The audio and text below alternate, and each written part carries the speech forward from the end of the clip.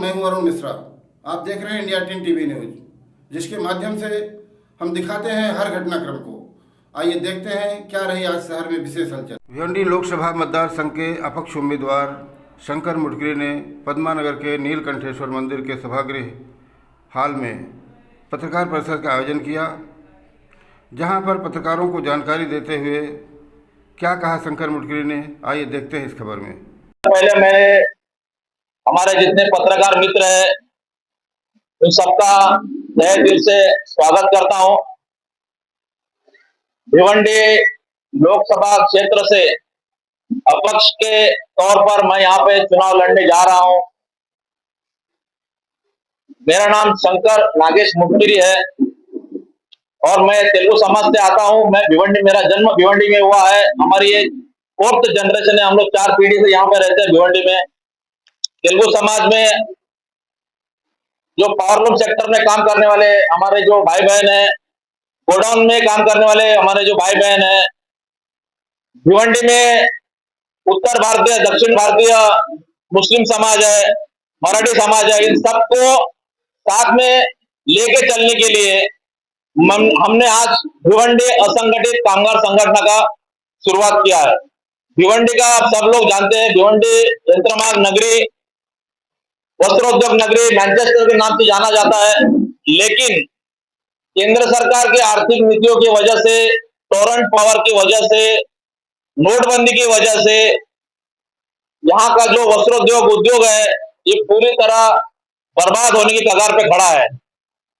यहाँ पे जो हमारे जो भाई बहन हैं अपना रोजी रोटी के लिए भिवंडी का जो गोडाउन एरिया है, लूम बंद होने की वजह से, कारखाने का काम कम होने की वजह से गोडाउन का जो एरिया, गोडाउन में जो पगार मिलेगा वो पगार में काम करने के लिए मजदूर वहां पे काम करने जा रहे हैं।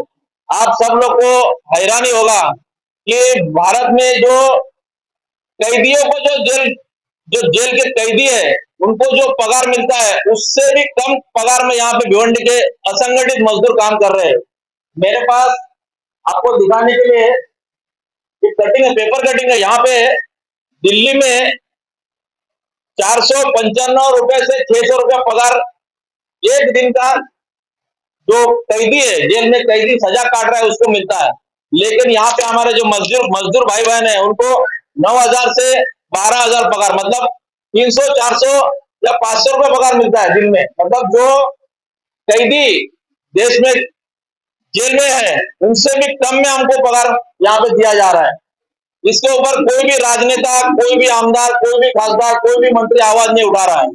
ये सबसे बड़ा समस्या लेकर हमने भिवंडी की जनता में गए थे, भिवंडी की जनता से हमने बात किया। भिवंडी की जनता ने कहा कि इस पे काम होना चाहिए। सबसे विचार करके हमने भिवंडी असंगठित कामगार संगठन का शुरुआत किया है। भिवंडी में लगभग 7 लाख मजदूर काम करते हैं। भिवंडी का जो गोडाउन एरिया है, टेक्सटाइल एरिया, यहाँ पे कल्याण, बदलापुर, अंबरनाथ, वसई, शाहपुर से भी लोग यहाँ पे काम करने आते हैं। आने जाने का व्यवस्था नहीं है, ट्रैफिक का व्यवस्था है, भिवंडी में पब्लिक ट्रांसपोर्ट की सुविधा नहीं है। लेकिन अपना रोजी रोटी के लिए, परिवार का पालन पोषण करने के लिए लोग यहाँ पे काम करने आते हैं। ये स्थानिक मुद्दा लेके हम यहाँ पे चुनाव लड़ रहे हैं। इसके अलावा मेरा बारे में आपको सबको मैंने बता दिया था पहले ही, मैं एक वित्तीय सलाहकार हूँ। मैंने देश की आर्थिक नीतियों को सुधारने के लिए माननीय पंतप्रधान, माननीय फाइनेंस मिनिस्टर, इन सभी से मैंने पत्र व्यवहार किया है। कुछ सुझावों में भारत सरकार के रिजर्व बैंक ने मेरा सुझाव पे कुछ काम भी किया है, उसका मेरे पास उनका रिजर्व बैंक का लेटर्स भी है मेरे पास। इसके अलावा मैंने लोन कार्ड बनाया। ये लोन कार्ड जो है, मैं आपको एक खास दिखाना चाहता हूँ। ये लोन कार्ड मैंने भारत सरकार को प्रपोजल भेजा है। ये लोन कार्ड चालू होने से देश में भारत सरकार को 60,000 करोड़ रुपया हर साल का इनकम होने वाला है। 1.5 लाख लोगों को रोजगार मिलने वाला है। ये इंटरनेशनल लोन कार्ड है जिसका कॉपीराइट, पेटेंट और ट्रेडमार्क मेरे पास है। मैंने माननीय पंतप्रधान नरेंद्र मोदी जी को मैंने ये प्रपोजल भेजा है, उसका वो प्रपोजल उनके विचाराधीन है। इसके अलावा देश में ये जो अभी चुनाव है, ये लोकसभा का चुनाव है, राष्ट्रीय चुनाव है। इसके लिए राष्ट्रीय स्तर पर हम देश के लिए क्या कर सकते हैं, ये मुद्दा सबसे बड़ा होता है। स्थानिक मुद्दा तो होता ही है। भिवंडी लोकसभा जो है वो पूर्व 3 विधानसभा भिवंडी के है, शाहपुर है, मुरबाड है, इसके अलावा कल्याण है। इस सभी के मुद्दों है, सभी के प्रॉब्लम्स है। इसके अलावा राष्ट्रीय मुद्दे जो है, इसमें देश में सबसे बड़ा जो मुद्दा है भ्रष्टाचार का मुद्दा है। भ्रष्टाचार का मुद्दे के लिए मैंने, जैसा आज अब आप सब लोग जानते हैं कि आपके सबके पास एक ही पैन कार्ड है, एक ही आधार कार्ड है, एक ही पासपोर्ट है, एक ही राशन कार्ड है, लेकिन एक आदमी का 10-10 बैंकों में अकाउंट होता है, जिससे काला धन होने का बहुत ज्यादा संभावना होता है। जो सरकारी अधिकारी होता है या राजनेता होता है, वो अपने ड्राइवर के नाम पे या कर्मचारी के नाम पे अकाउंट खोल के वहां पे पैसा काला धन तैयार करता है। तो मैंने एक प्रपोजल, मैं वित्तीय सलाहकार हूं, मैं आपका आसान भाषा में कहूं तो मैं अर्थशास्त्री का जो संशोधन होता है वो मैंने संशोधन किया है, अर्थशास्त्री हूं मैं। तो मैंने 1 पर्सन 1 बैंक अकाउंट के नाम से संशोधन करके भारत सरकार को मैंने भेजा था। इसमें रिजर्व बैंक ने मेरे को लेटर दिया है, ये कॉपीराइट है उसका, और रिजर्व बैंक ने मेरे को जो लेटर दिया है कि हमने जो 1 पर्सन 1 बैंक अकाउंट नंबर जो मैंने प्रपोजल दिया था वो 26 डिजिट का है, जिससे क्या होगा, देश में एक आदमी कोई भी बैंक में अकाउंट ओपन कर सकता है, कोई भी एक ही नंबर उसका रहेगा, लेकिन वो कोई भी बैंक से ट्रांजैक्शन कर सकता है। ये ऐसा प्रपोजल है। वो बैंक को जो रिजर्व बैंक को इतना पसंद आया और रिजर्व बैंक ने मेरे को लेटर दिया कि ये हमने उनका जो एग्जामिनेशन कमेटी होता है, कमेटी को उन्होंने रिपोर्ट भेजा है उसके ऊपर आगे काम करने के लिए। इसके अलावा आप सब लोग को मालूम होगा 2021 में लॉकडाउन में बहुत से लोगों का रोजगार छीन गया था, तो लोग अपना चाइनीज का जो लोन ऐप था उनके ऊपर कर्जा लेके अपना दिन गुजारा कर रहे थे। उसमें से भारत में लगभग 5 लाख लोगों ने आत्महत्या किया था। तो उसके खिलाफ मैंने माननीय सुप्रीम कोर्ट में याचिका दाखिल किया था। ऑर्डर है, अभी जो सर न्यायाधीश है माननीय चंद्रचूड़ साहब, उनके सामने मेरा एक केस था। उन्होंने रिजर्व बैंक को एक केस रेफर किया था। लॉकडाउन में 1.5 साल कोर्ट बंद होने की वजह से, ऑनलाइन होने की वजह से 600 लोन ऐप जो है वो भारत सरकार ने बंद कर दिया।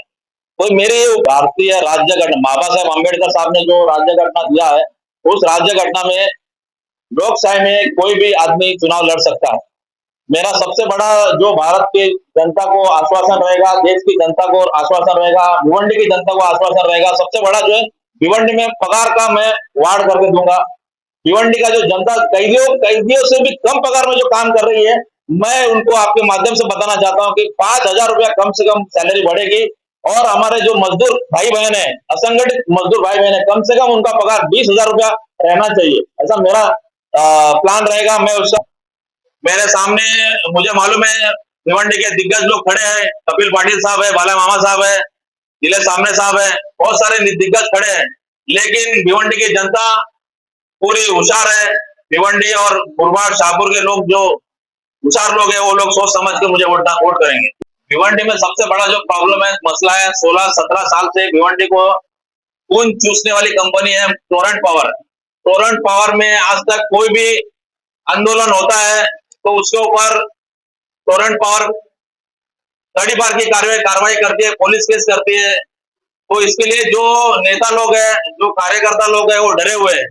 तो मेरा इतना ही कहना है कि आने वाले 2 साल के बाद, 1.5 साल के बाद उसका रिन्यूअल जो है वो रिन्यूअल रुकना चाहिए, क्योंकि टोरेंट पावर जो ये फ्रेंचाइजी है, इसका जो कॉन्ट्रैक्ट होता है, ये कॉन्ट्रैक्ट रुकना चाहिए। इसके अलावा एक भिवंडी महाराष्ट्र शासन ने एक आदेश दिया था टोरेंट पावर को, तो पब्लिक विजिलेंस कमेटी बनाने के लिए, जिसमें पब्लिक से भी 2-4 लोग रहेंगे और उनके कंपनी से भी 2-4 लोग रहेंगे, लेकिन अभी वो कमेटी अभी तक बनी नहीं। तो मैं भिवंडी की जनता से अपील करूंगा कि आपके पास 5 साल में एक दिन एक समय आपके पास आता है बटन दबाने का, आप सोच समझ के बटन दबाइए।